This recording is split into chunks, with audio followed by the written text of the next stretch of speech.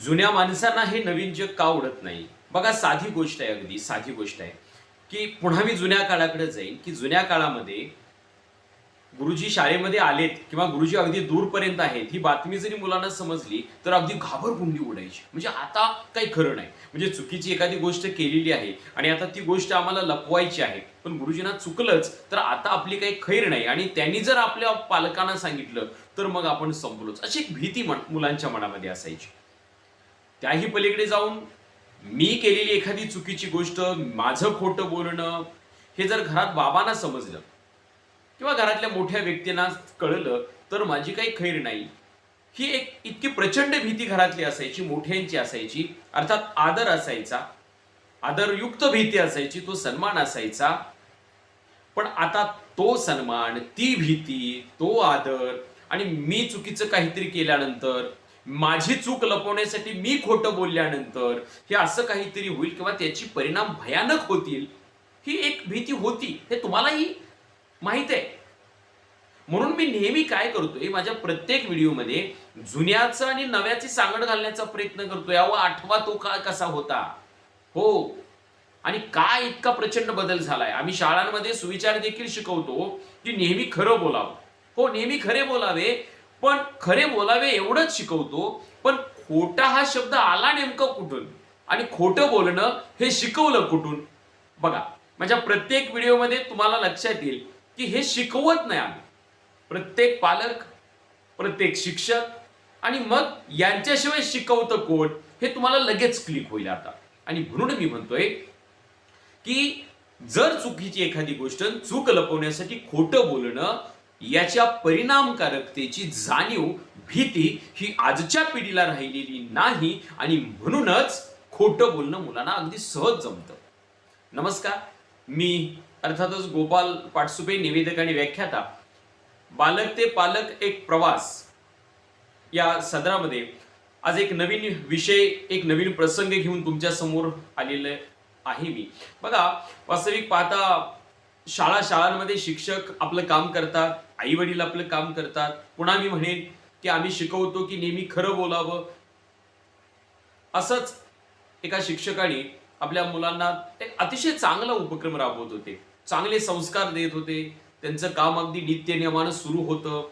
मुलांनो, असं करा, तसं करा, हे करा, ते करा. म्हणजे जेवढ्या जेवढ्या चांगल्या गोष्टी होत्या तेवढ्या देण्याचा ते प्रयत्न करत होते. आणि त्यातलीच एक गोष्ट म्हणजे नेहमी खरं बोलावं, खोटं बोलू नका. आणि शिक्षक काय करायचे, अगदी तळमळीने शिकवायचे आणि शिकवलेला दररोजचा अभ्यास तपासण्याची सवय. एक दिवस काय झालं, की सर अभ्यास तपासत होते ना, अभ्यास तपासत असताना एक मुलगा उभा राहिला. सर, मी आज अभ्यास केलेला नाही. अगदी प्रामाणिकपणे त्याने सांगितलं, की मी अभ्यास केलेला नाही. सरांना खूप बरं वाटलं, की अभ्यास केलेला नाही, इतकं प्रामाणिकपणा त्याच्यामध्ये आलेला आहे.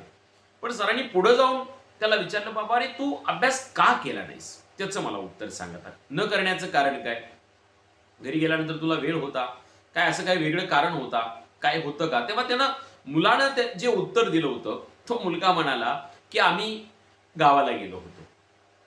माझे आई वडील म्हणजे मम्मी पप्पा आणि चुलते असे सगळेच आम्ही गावी गेलो होतो आणि गावी गेल्यामुळं संध्याकाळी यायला खूपच उशीर झाला आणि आल्यानंतर मात्र माझा अभ्यास झाला नाही. मग शिक्षकांनी त्याला प्रश्न केला, मग खूप उशीर झाल्यामुळं तू अभ्यास केला नाहीस, हे का बरं असं? सहज उत्तर दिलं. आजच्या काळातला हा मुलगा आहे, की उशीर झाल्यामुळे खूपच कंटाळा आला होता आणि कंटाळा आल्यामुळं मी झोपून गेलो. माझा अभ्यास काही झाला नाही.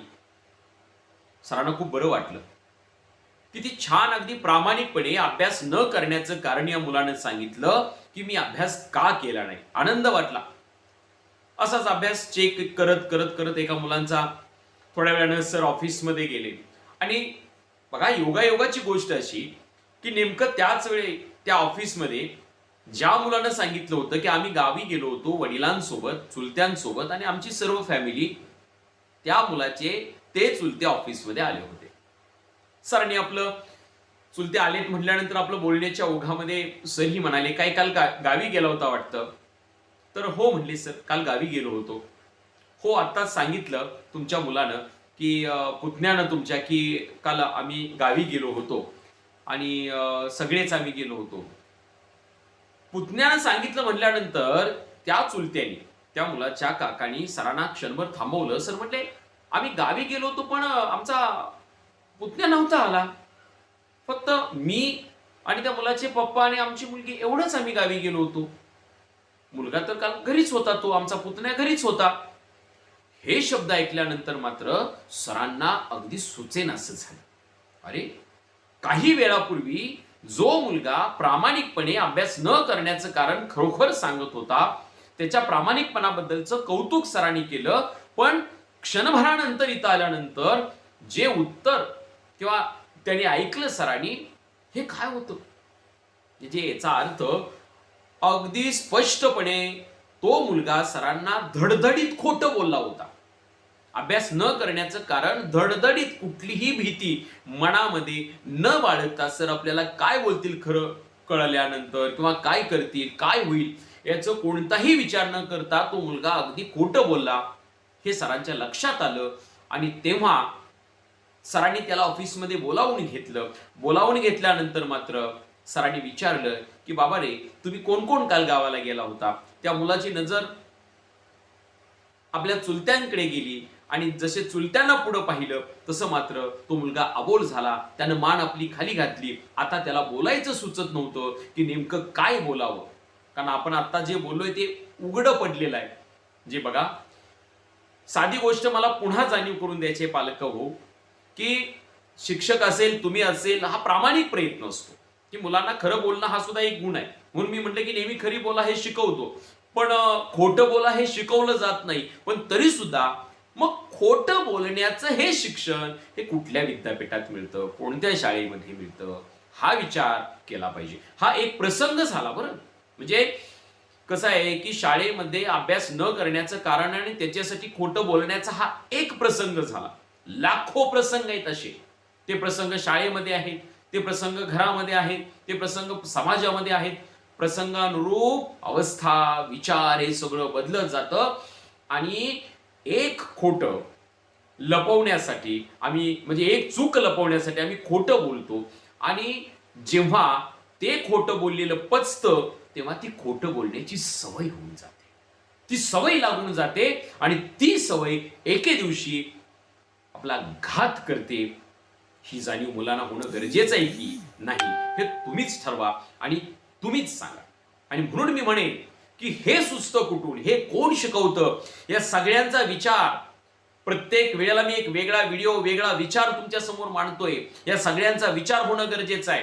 हे कोण नेमकं शिकवतं, मुलं हे का शिकतायत, आणि आताच एक चूक लपवण्यासाठी एक खोटं आणि ती लागलेली सवय किती घातक होऊ शकते, किती भयानक ठरू शकते, आणि यातूनच आपसुकपणे, सराईतपणे सगळ्या गोष्टी होऊन जातात आणि पुन्हा मग पश्चाताप आपल्या वाट्याला येतो. आणि म्हणूनच जागं व्हायचं आहे. आणि म्हणूनच हा प्रवास बालक ते पालक हा इतका सोपा नाहीये, याची जाणीव पालकांनो आपल्याला झाली पाहिजे. हेच सांगेन या व्हिडिओमध्ये, एवढंच.